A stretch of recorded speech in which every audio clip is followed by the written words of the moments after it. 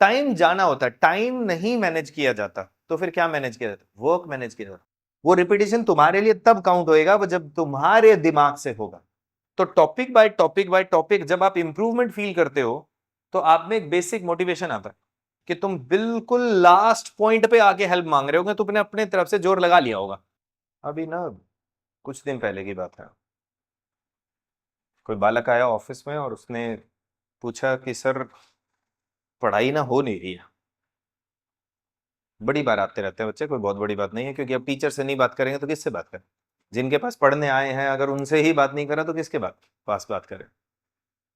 तो मेरा जनरल सुझाव हमेशा सबसे रहता है कि आप ना जिनकी गाइडेंस में है या जिनकी गाइडेंस में नहीं भी है बट जिनसे लगता है कि गाइडेंस ली जा सकती है, ले लेनी चाहिए।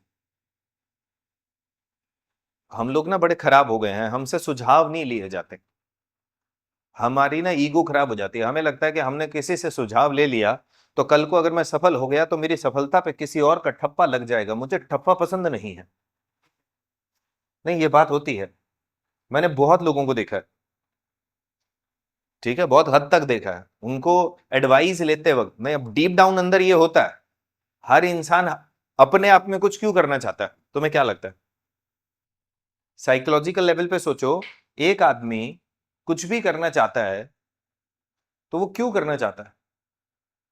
ताकि वो अपने ग्रुप में, अपने समाज में ये दिखा सके कि मैं भी काबिल हूं। क्योंकि काबिलियत को ही रिकॉग्नाइज किया जाता है, काबिलियत को ही रिवॉर्ड दिए जाते हैं। और जब आपने कोई चीज हासिल की हो और वो लगातार लोगों की मदद से करी हो, तो या तो हम किसी और की उस मदद को रिकॉग्नाइज नहीं करते, बोले ये तो तूने किसी और की हेल्प से करा है। अब क्योंकि हम अगर ऐसे होंगे कि किसी की किसी हेल्प लेने वाली बात पे ऐसे हम रिएक्ट करेंगे, तो जाहिर सी बात है हमें भी ये लगेगा कि कल को अगर मैं हेल्प ले लेता हूं तो मुझे भी लोग ऐसे बोलेंगे। तो डीप डाउन बड़े सारे लोग ऐसे ऐसे होते हैं, तुम में से भी कुछ लोग ऐसे हो सकते हैं, सारे भी हो सकते हैं, शायद एक भी ना हो। बट जरूरी बात यह है कि जब हम हेल्प ले रहे होते हैं तो हमें अंदर एक हल्का सा ये रहता है कि मुझे हेल्प लेनी चाहिए कि नहीं लेनी चाहिए। यानी अगर आप हेल्प मांग भी रहे हो तो मुझे ठीक ठीक यकीन है कि तुम बिल्कुल लास्ट पॉइंट पे आके हेल्प मांग रहे होगे, तुमने अपने तरफ से जोर लगा लिया होगा।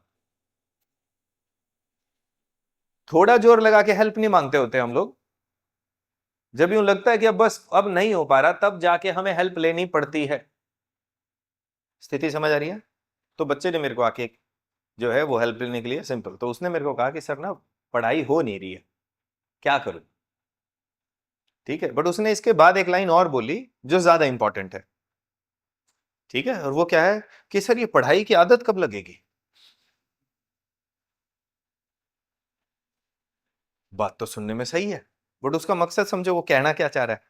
उसके साथ सीन ये है कि उसको ये लग रहा है कि जिस दिन पढ़ाई की आदत लग गई उस दिन चीजें आसान हो जाएगी, और ये बात सही भी है। किसी चीज की आदत लग जाती है तो काम आसान हो जाता है। बट प्रॉब्लम यह है कि आदत लगे कब? अब इसके लिए एक बहुत बड़ा मिथ रहता है हमेशा, 21 दिन करो आदत हो जाए। ऐसा 21 दिन बोल रखा है, ठीक है। तो मैंने मजाक मजाक में कह दिया, मैं भाई तूने 21 का रूल नहीं सुना? बोला सर जी बैच चलते हुए 3 महीने हो गए, 21 दिन तो गणे पीछे चले गए, 90 दिन हो गए आदत। तो प्रॉब्लम समझो, किसी भी आदत के बने जाने के लिए टाइम मैटर नहीं करता।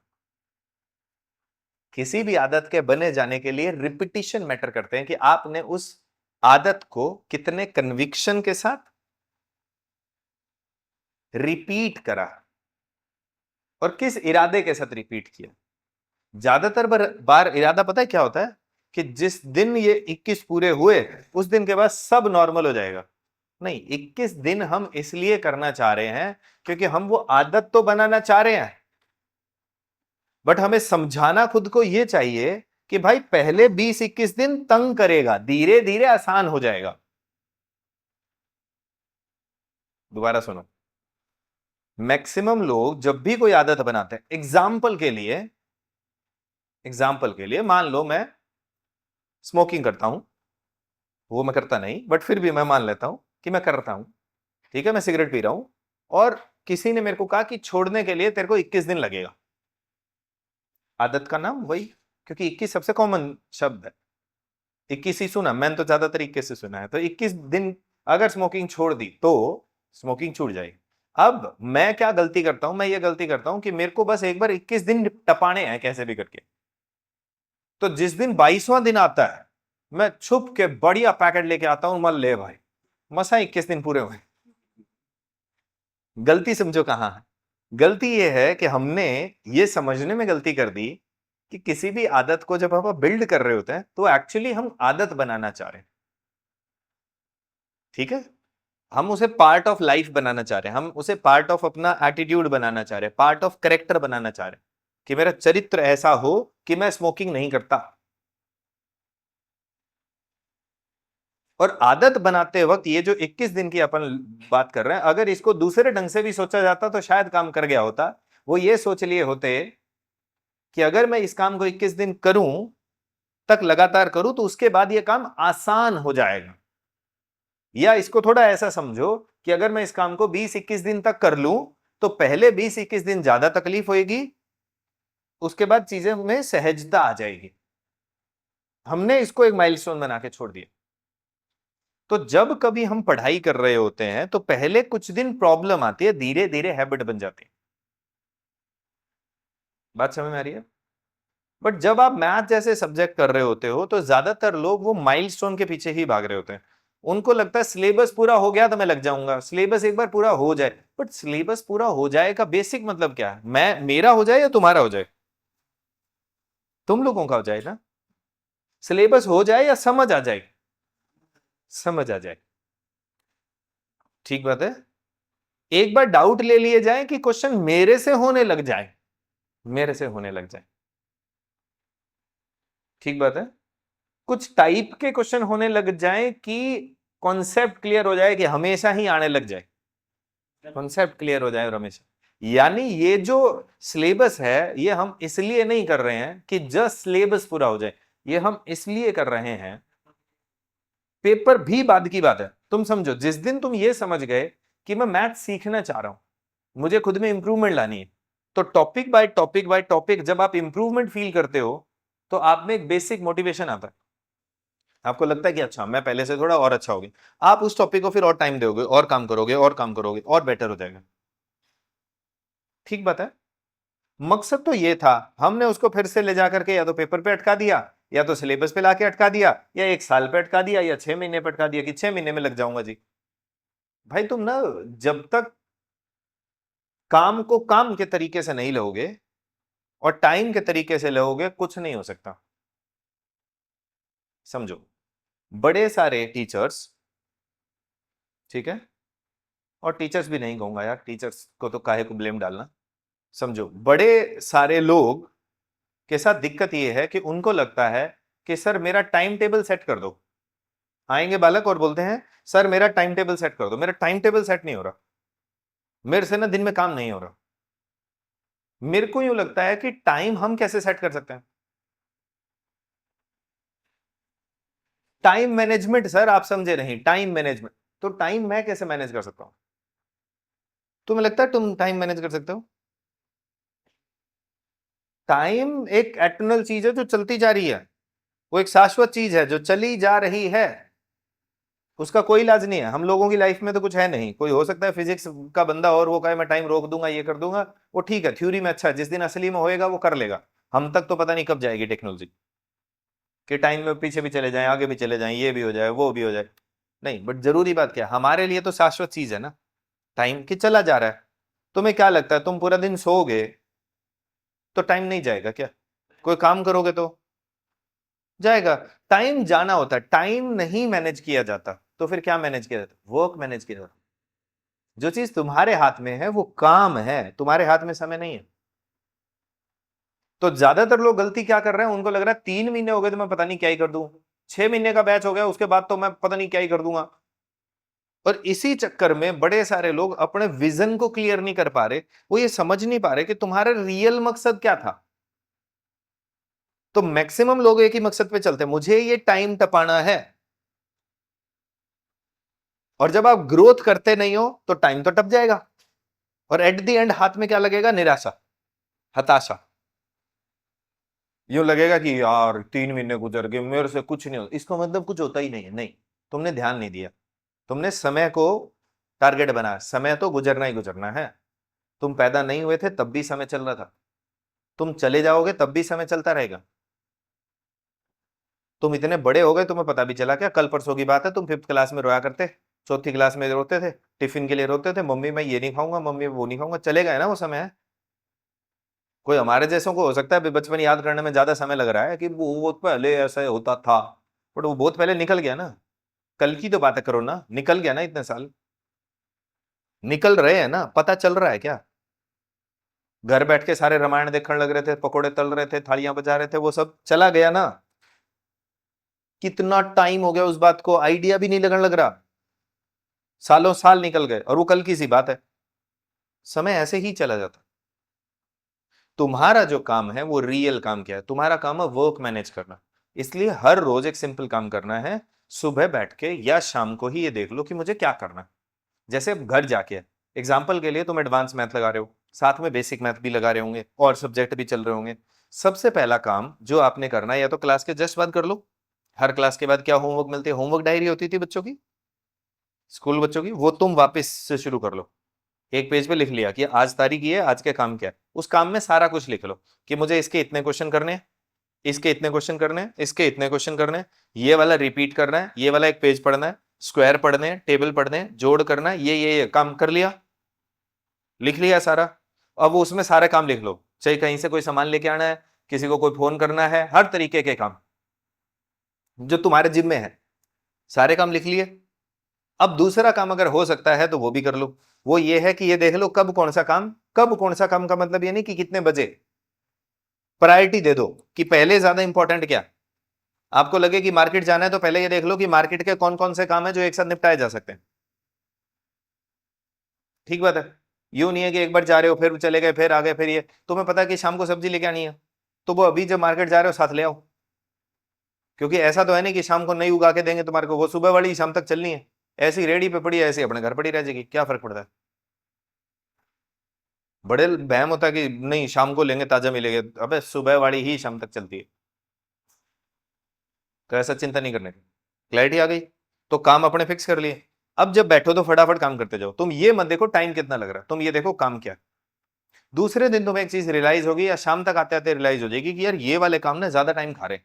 एग्जाम्पल, तुम्हें लगेगा कि ना मेरा मैथ ना बहुत लंबा टाइम खा जाता है, मेरे को ना रीजनिंग ज्यादा तंग कर रही है, या ये वाला टॉपिक मेरे को ज्यादा तंग कर रहा है। तो एक रियलाइजेशन आ गया, अगले दिन काम की सीक्वेंस बदल दो कि यार मैं पहले ये कर लेता हूं क्योंकि ये तो जल्दी निपट जाएंगे, जो लंबा खींचे ना उसको लास्ट में रख लेता हूं। जो काम लंबा खींचे उसको लास्ट में रखो। क्यों? क्योंकि अगर वो काम शुरू में करना रह गया और वो खींचता खींचता खींचता उस टाइम पे आगे, तो बाकी बहुत सारे काम रह जाएंगे, तो दिमाग बिना बात के खराब होएगा। इससे अच्छा जो हो सकते हैं जल्दी जल्दी वो निपटा दो, और जो लंबा खींचता है काम उसको लास्ट में रखो। बात समझ में आ गई? तो लंबा खींचता हुआ काम अगर बाई चांस जितना हो ये कर लो, बाकी छोड़ दो, बट उसके चक्कर में बाकी के काम तो डिले नहीं हुए ना, बाकी के तो सारे हो गए। अब आप रोज सिर्फ और सिर्फ वर्क मैनेज करना सीखो, ना कि टाइम मैनेज करना। तुम गलती कहां करते हो? गलती ये करते हो कि तुम ये कर लेते हो कि मैं 8 बजे मैथ पढ़ूंगा जी, 9 बजे रीजनिंग पढ़ूंगा जी, 10 बजे ये पढ़ूंगा, तो तुमने एक एक घंटे के स्लॉट तो दे दिए। अब किसी दिन मैथ का काम अगर आधे घंटे का है तो बचे आधे घंटे में क्या करोगे? कुछ नहीं, खाली बैठोगे। ऐसा अनप्रोडक्टिव काम करोगे जो तुमने सोचा नहीं, डिसाइड तो किया नहीं था, कुछ भी उलझुल करोगे। डिसाइडेड नहीं है तो क्या करोगे? कुछ भी करोगे। वो प्रोडक्टिव होगा? कभी भी नहीं होगा। प्रोडक्टिव हो ही नहीं सकता वो काम। समझ में आ रही है बात? तो फिर आप क्या करो, ऐसा पंगा मत लो कि 9 बजे ही है। अब किसी दिन होमवर्क अगर 1 घंटे की बजाय 1.5 घंटे का हो गया, तो अब वो अगले सब्जेक्ट का टाइम खा जाए, अब तुम फिर रिग्रेट में हो। यानी कम टाइम लिया तो तुम परेशान हो, ज्यादा टाइम लिया तो तुम परेशान हो, क्योंकि तुमने तो अलार्म लगा के छोड़ दी, स्टॉप वॉच लगा दी, इतने बजे ये उतने बजे वो, और किसी दिन कहीं जाना पड़ गया तो,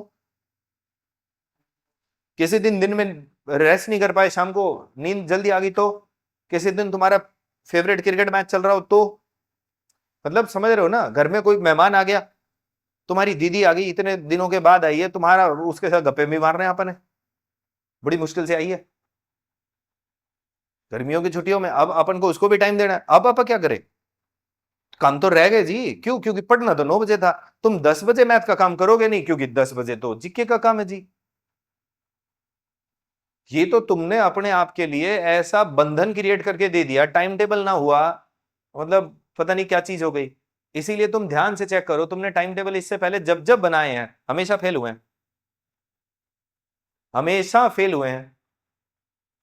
टाइम टेबल आप उसके आगे लगा तो लेते हो, टेबल के आगे चलता कितने दिन है? 3 दिन।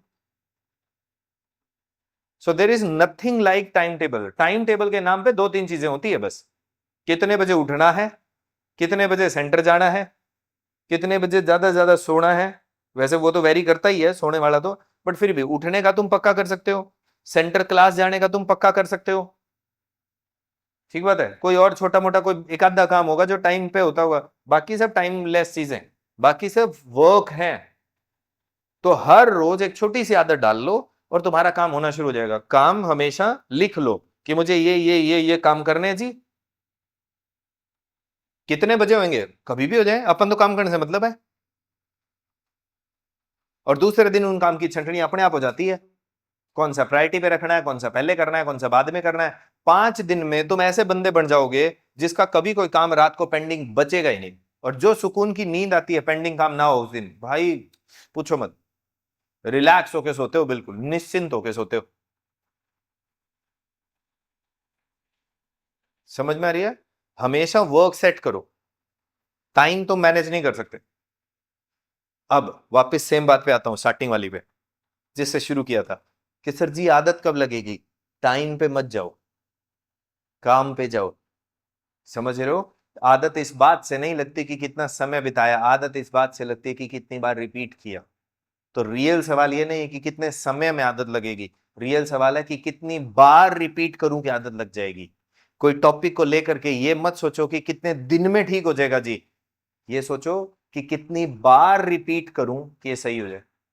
तुम खुद दिमाग लगाओ कि ये सारे क्वेश्चन जब पहले हो रहे थे तुमसे नहीं हो रहे थे ना, अब ये धीरे धीरे कैसे होते जा रहे हैं? क्योंकि पहले वाली प्रॉपर्टीज बार बार रिपीट हो रही है। अब जो लोग खुद सोच, अब यहां भी रिपीटेशन की ध्यान दो। ये रिपीटेशन तो मैंने सबके लिए एक जैसा करा है ना, शुरू से लेके अब तक के जितने क्वेश्चन हमने 90-95 ये करे हैं ट्राइंगल वाले, सबके लिए करे हैं ना। बट तुम्हें क्या लगता है सबका लेवल एक जगह? तो यहां से एक दूसरी बड़ी जरूरी चीज तुमने और ध्यान देनी है, वो ये कि रिपीटेशन कौन कर रहा है ये भी तो देखा जाएगा ना। मतलब जब तुम कर रहे हो तो वो, जब मैं यहां काम करवा रहा हूं तो तुम उसको रिपीट किस ढंग से कर रहे हो, क्या सोच के रिपीट कर रहे हो, वो भी तो एक जरूरी पार्ट है ना। मैं करी जा रहा हूं, तुम्हारा दिमाग कहीं और है, तुम्हें क्या लगता है वो रिपीटेशन तुम्हारे लिए काउंट होगा? हो ही नहीं सकता। वो रिपीटेशन तुम्हारे लिए तब काउंट होएगा वो जब तुम्हारे दिमाग से होगा। मेरे दिमाग से रिपीटेशन कितना काम करेगा? इसलिए तुम देखोगे क्लास में अभी भी जब मैं कोई प्रॉपर्टी बोल रहा हूं या कुछ बता रहा हूं, तो कुछ कुछ लोगों के बहुत सहजता से दिमाग में आ रहा है और कुछ लोगों को अभी भी ग्लिच फील हो रहा है। क्यों फील हो रहा है? क्योंकि वो रिपीटेशन हुए तो हैं, तुम्हारे नहीं हुए। तो रिपीटेशन कितनी बार होगा और कितना मन लगा के होगा, इसी से डिपेंड करेगा कि तुम कोई चीज कितनी जल्दी सीख सकते हो।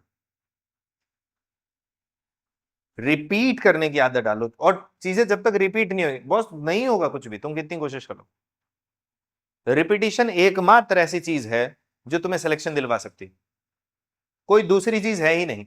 बाकी की सारी चीजें इसी के तले चलती है कि मेरे को कौन सा टॉपिक कितना आता है, रिपीट कितना किया वो दिखाओ। मेरे को पढ़े याद हुए कि नहीं हुए, रिपीट कितना किया वो सोचो। समझ रहे हो? मुझे स्क्वायर याद हुए कि नहीं हुए, हो नहीं रहे, रिपीट कितना किया वो देखो। मेरा वर्क इन टाइम सुधर नहीं रहा जी, रिपीट कितना किया वो देखो। समझ रहे हो? मेरे टेस्ट में नंबर नहीं बढ़ रहे, रिपीट कितनी बार किया बताओ। हर चीज इसी रिपीटिशन तले चलती है, हर कॉन्सेप्ट इसी रिपीटिशन के बेस पे चलता है, हर एक्सपर्ट रिपीटिशन से बनता है। हम हैं क्योंकि हमने बहुत बार रिपीट किया। मैं इसलिए हूं क्योंकि मैं 2011 से सेम काम कर रहा हूं, यही चीज है। नो डाउट एक सैचुरेशन भी आता है, वो आ गया है हमारा, ठीक है, मैक्सिमम चीजें हमारी सेट है। बट जितना रिपीट होता जाता है उतना पकता जाता है।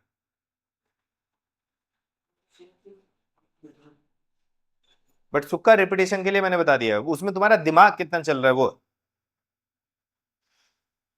दिमाग भी चलना जरूरी है, बिना दिमाग चले नहीं बनती बात।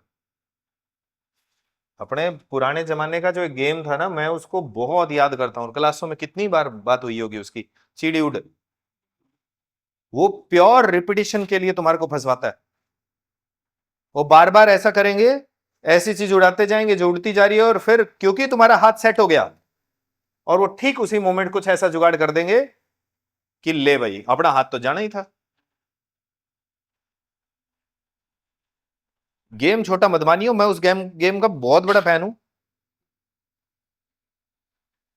वो आपके दिमाग को रीड करने के काम आता है। उसके बाद जब थप्पड़ पड़ते हैं तब भी बहुत काम आता है।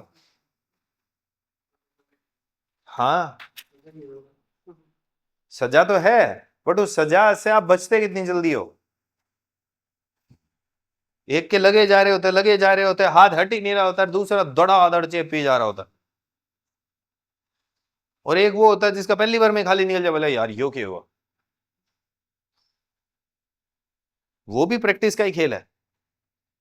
चलो आ जाओ 96, फिर से तुम्हारे प्रॉपर्टीज का टेस्ट होगा।